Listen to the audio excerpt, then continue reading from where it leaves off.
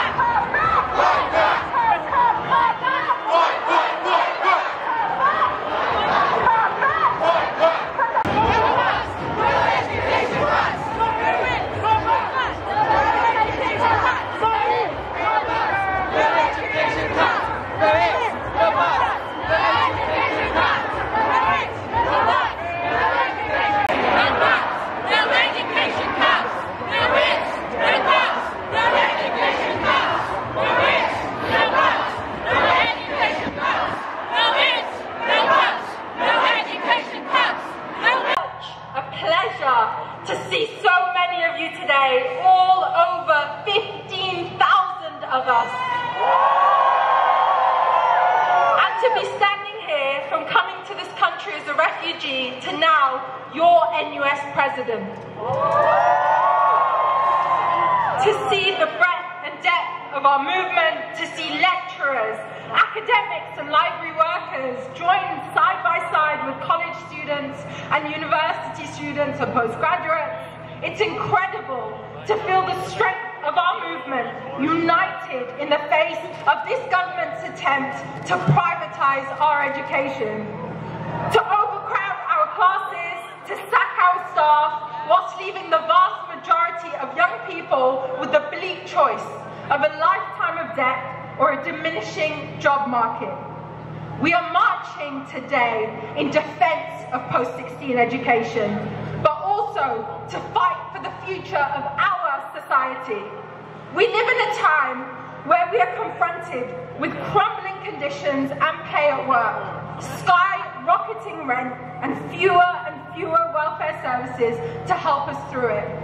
We live in a time in which we're told to fear and exclude migrants, black communities, Muslims, where lecturers, teachers and nurses are turned into extensions of intelligence services and border agency through Prevent and the ethnicity register in schools, where hate crime is rising in the post-Brexit world, where students feel less safe on campuses.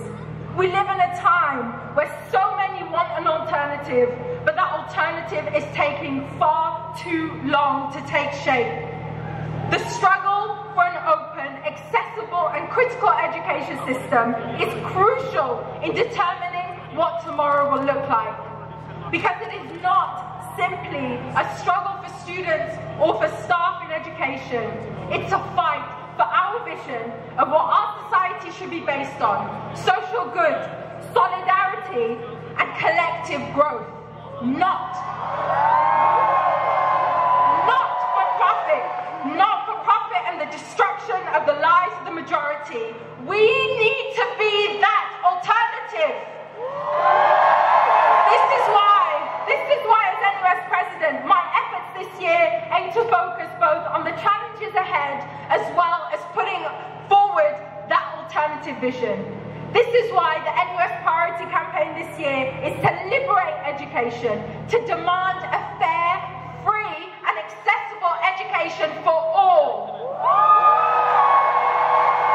Let us collectively make this year ahead one during which we fight for affordable housing. Let us make the year one during which we fight to say that migrants are welcome here and that they deserve the same rights and opportunities as the rest of us, and we refuse to scapegoat anyone. Let us make this year one where our fight for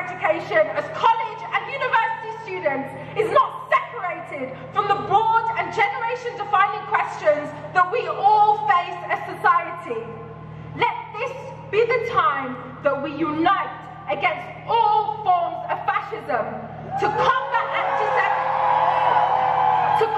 anti-Semitism, to tackle hate crime, to make our campuses and communities a safe place for all, and show our collective strength against attempts to divide us.